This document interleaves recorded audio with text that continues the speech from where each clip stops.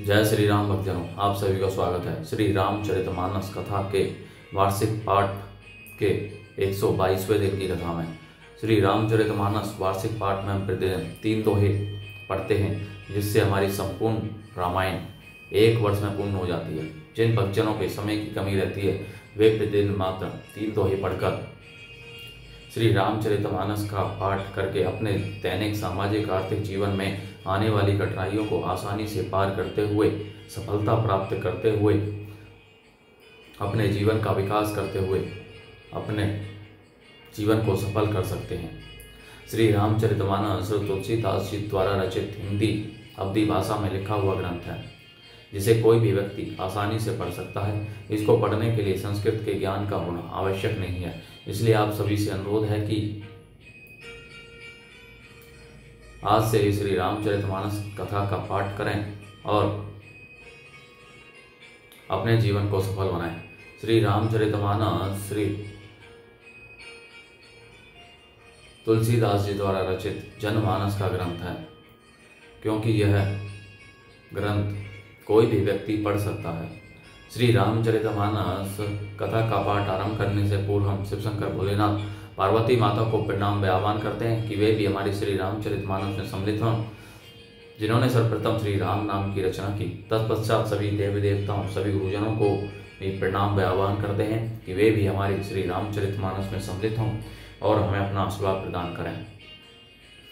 बोलो जय सिया और रामचंद्र की जय। राजन राउर नामो जसो सब अभिमत दातार, फल अनुगामी महीप मनी मन अभिलाषु तुम्हार। मंगल भवने मंगल हारी द्रवहु, सुदशरथ अजर विहारी।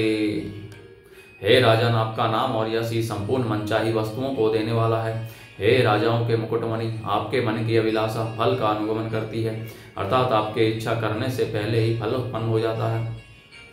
सब विधि गुरु प्रसन्न जी हैं जानी, बोले राऊ रहसी मृदुबानी। नाथ रामो करी अहीं जो विराजो, कही है कृपा करी करी समाजो।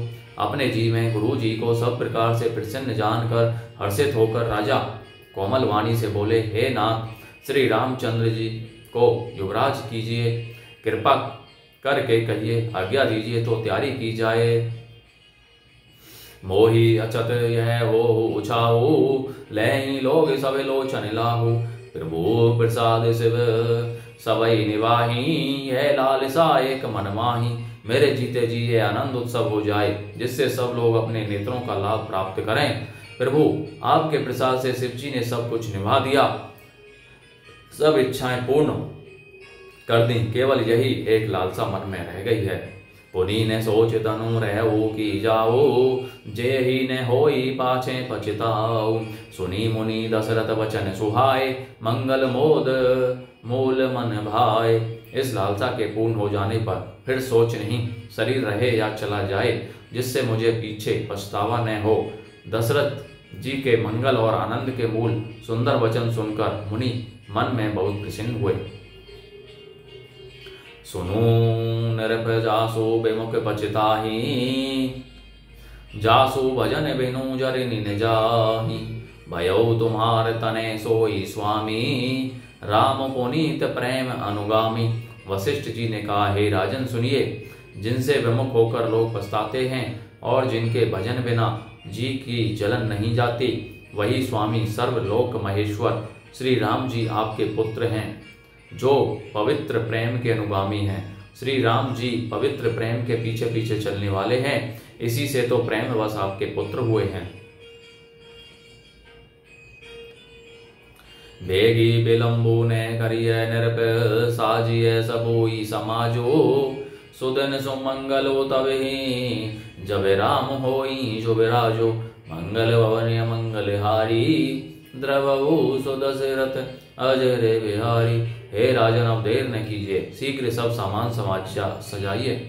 शुभ दिन और सुंदर मंगल तभी है जब श्री रामचंद्र जी युवराज हो जाएं, अर्थात उनके अभिषेक के लिए सभी दिन शुभ और मंगलमय है।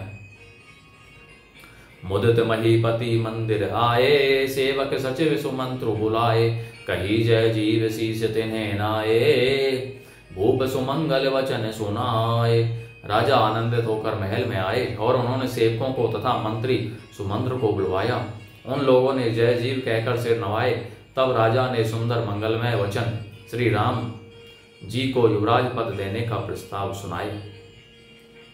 जो 5 ही मत लागे नीका, करहु हर सी राम ही टीका। और कहा, यदि पंचों को आप सबको यह मत अच्छा लगे तो हृदय में हर्षित होकर आप लोग श्री रामचंद्र का राज तिलक कीजिए। मंत्री मुदित सुनत प्रिय बानी, अभिमत बेरब परे जनु पानी। विनती सचिव करे ही करे जोरी, जियऊ जगतपति वर्ष करोरी। इस प्रिय वाणी को सुनते ही मंत्री ऐसे आनंदित हुए मानो उनके मनोरथ रूपी पौधे पर पानी पड़ गया हो। मंत्री हाथ जोड़कर विनती करते हैं कि हे जगतपति, आप करोड़ों वर्ष जिए। जग मंगल भले का जो विचारा, बेगिय नातन लाई बारा। निरपही मोदु सुनी सचिव सुभाषा, बढ़त बौंड जनु लही सुशाखा।